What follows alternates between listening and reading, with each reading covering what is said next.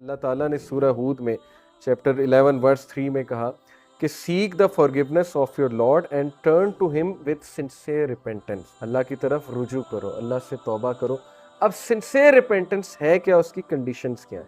Number 1, immediate cessation of the sin, कि फौरी उसी वक्त उस गुनाह को छोड़ देना, वेट ना करना। यानी आप किसी एडिक्शन में मुब्तला हैं, ट्राई करें उसी वक्त उस गुनाह को छोड़ दें। जब आपको रियलाइज हो गया है गुनाह है, तौबा की, उसको गुनाह को छोड़ दें उस वक्त। नंबर 1।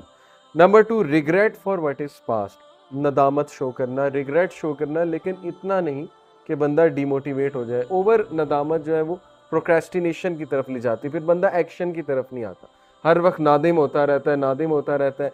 इससे क्या है कि उसकी विल पावर कम होती है, और गुनाह का बहुत ताल्लुक विल पावर के साथ।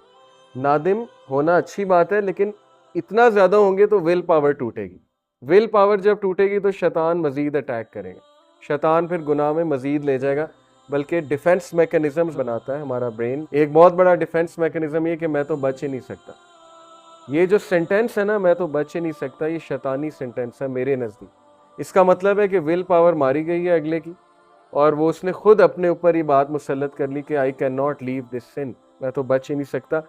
इन शॉर्ट वो असल में गुनाह करना चाह रहा है, इसलिए उसने पहले से सेंटेंस गढ़ लिया कि मैं तो बच ही नहीं सकता। ताकि जाहिर है वो कॉग्निटिव डिसोनेंस जो पैदा होती है ना, जहनी तजब्जब, जैसे सिगरेट लोग पीते हैं उनसे छोड़ा ही नहीं जाता, स्ट्रेस पैदा होता है कि छोड़ना चाहिए छोड़ना चाहिए, एक टाइम आता है कहते हैं मैं छोड़ ही नहीं सकता। वो किस लिए? डिफेंस मैकेनिज्म है, to calm yourself down. तीसरी जो कंडीशन है, determination not to return to the sin. पक्की डिटर्मिनेशन आप में होनी चाहिए कि अब मैंने वापस नहीं जाना गुनाह की तरफ। ये सबसे मुश्किल स्टेप है। लोग पहली दो कर लेते हैं, तौबा भी कर लेते हैं, उसके बाद रिग्रेट भी करते हैं, नदामत भी करते हैं, लेकिन बैक ऑफ द माइंड उनके माइंड में होता है कि ये तो मैं दोबारा करूँ ही करूँ, क्योंकि मेरे से तो ये छोड़ा ही नहीं जा रहा, मैं तो फिसलूँ ही फिसलूँ। ठीक है ना, पहले ही डिफेंस मैकेनिज्म बना लिया।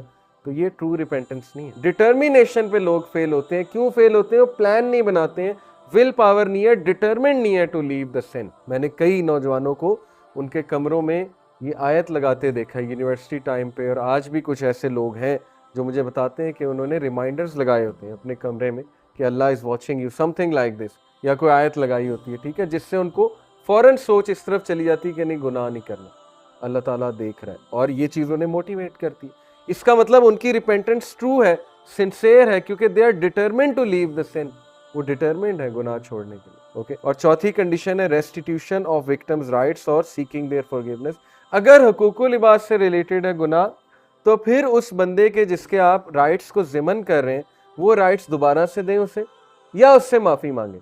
और अगर you can not find that person, although ये सिचुएशन इम्पॉसिबल है आज के दौर में, अब तो सोशल मीडिया का दौर है।